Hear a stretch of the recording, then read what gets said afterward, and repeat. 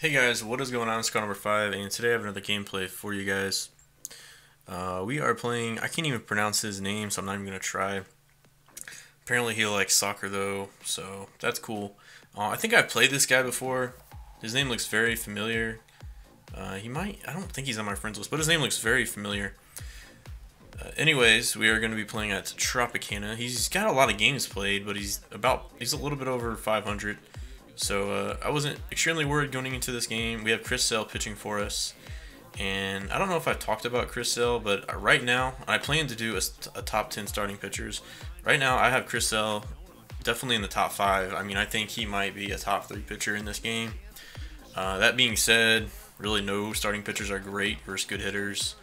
So, just keep in mind when I say stuff like that. But I do like Chris Sale a lot because he pretty much neutralizes any lefties in the lineup, and he's tough on righties too. He can throw between 93, 95. I think he can get up to 96 even. He's got a pretty wicked two seam, and his changeup and his slider is almost like a slurve. It's really slow. So definitely highly recommend him. So pretty much Chris Sale mows down the top of his lineup. Ian Kinsler got out, and then he hit Kenny Powers, so we stole second, I think, or as a pass ball, and then we get Reggie Jackson to come up, and kabam! That Reggie Jackson, guys, I highly, highly recommend getting this Reggie Jackson. It's pretty much a free card out of Conquest, and this card, I don't know, he has it feels like he has 110 power sometimes, but I don't know, either that or I'm just squaring up pitches really well with him, but it seems like anything you square up is just a bomb. So I highly recommend that card, and his defense and speed is above 70. It's definitely serviceable. Kind of reminds me of the Reggie Stalker card from last year. Obviously not quite as good. And then Bryce Harper comes up. It gets kind of I don't know if you call that a cheap home run or not, because I was just on it, and it wasn't like he jammed me or anything. But we go up 3-0, and David Wright grounds out to second. So we get a pretty quick early lead. And again, I'm not really too worried about this game, but I do want to show you guys all my games as I'm trying to make the World Series division. And then I'll start to split up the gameplays, here and there, try to get you guys the better gameplays. So, this guy pretty much can't touch Chris Sale. He might, he can't even touch his fastball right now. And you can see he takes out his first baseman and puts in Matt Holliday, which, hey, I don't blame you for doing that, because I think I do that too. I put Murphy at batting 8th, and then I'll sub in Cabrera or Holliday if I'm facing a lefty. I'm willing to sacrifice that one bench spot.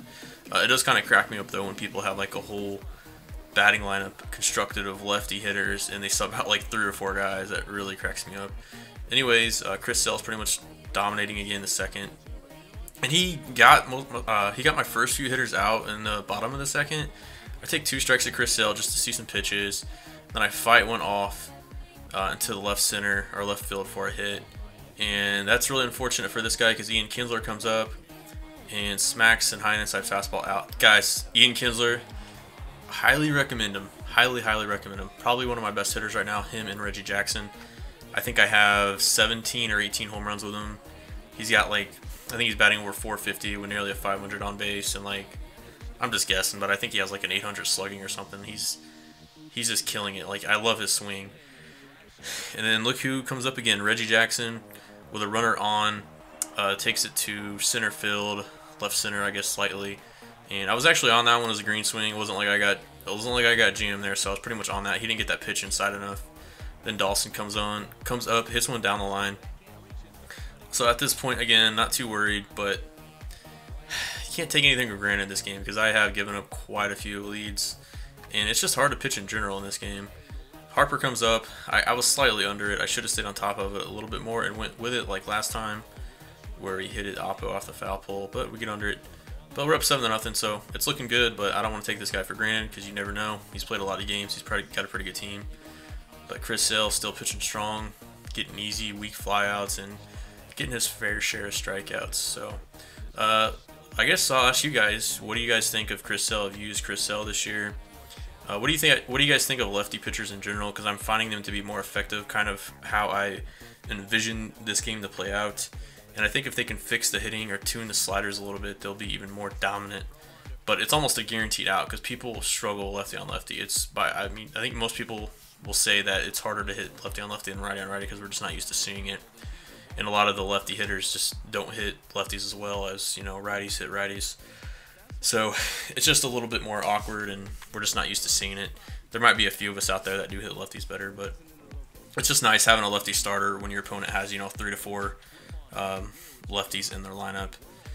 Chris Sale comes up again, and unfortunately we can't start a little rally with him this time. And no run scored there, and opponent's going to get out of the fourth. Still 7-0.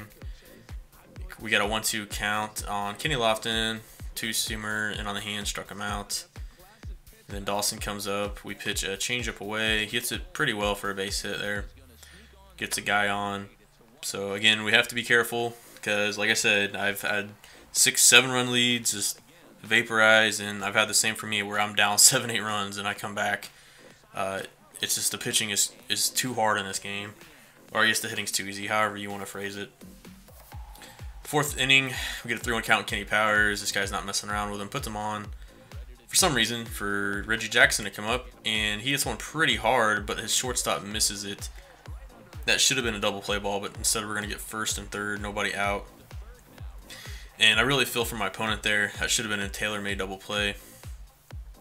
And we choke with Dawson here. I mean, I wasn't too far off this pitch. I was slightly under it. It always feels like that happens when you have runners on. And you can see here, if it didn't show the feedback, but I was like slightly under it. I mean, I'm not going to argue that I deserved a good hit there. Harper came up and walked, and then Wright gets a little inside-out hit. He did leave that up a little bit. I probably shouldn't have hit it that hard, though. But it is David Wright. I think he is actually one of the few balance/push hitters in the game, but still, those hits are super annoying. I'm definitely not going to sit there and say that was a good hit on my part. And Jorge Posada comes up, flies out to deep right center. So we do go up 8-0. And again, not looking too good for my opponent, but again, I don't want to take him for granted. Chris Sale gets a slider down and in. And to be honest, at this point, guys, my opponent is just outmatched by Chris Sale. Another slider down and in, and lefty on lefty, he really doesn't stand much of a chance. He might get a hit here and there, but look at Kenny Powers make this play up the middle. So I do have Kenny Powers at shortstop now. If you guys didn't realize, I put him at shortstop because I don't really have an elite shortstop. I have Buddy Bell and Trey Turner, but Cap's always going to be better than those guys. I generally don't like playing him there, though. Then Ian Kinsler comes up once again, and he's just got a quick bat, guys. I don't know what it is. He seems to pull everything like just right down the line, and he hits opposite field really well too. Kind of reminds me of like a right-handed Corey Seager from last year. We reached for this one, hit it right down the line, got kind of lucky again, but it is what it is. I mean, at this point, this guy probably just wants to get the game over, and I do want to get it over as well just to get the points and move on.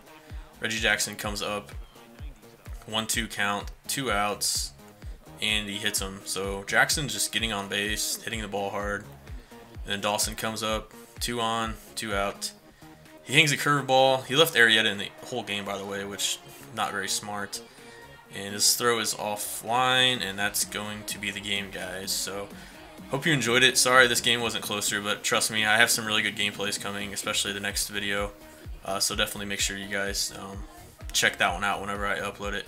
Chris Sale, player of the game. I only gave up 1 hit. Again, let me know what you guys think of Chris Sale, if you've used him yet, or if you've used any lefty pitchers in general. I'm just curious to see what you guys think. Opponent was 689, and we get 10 points. So we are pretty close to the World Series, 14 points away. So hopefully next game we can get to the World Series. So just make sure you guys stay tuned. And again, guys, thanks for watching. I appreciate it. This is Cardinal Bird 5 signing out. Peace.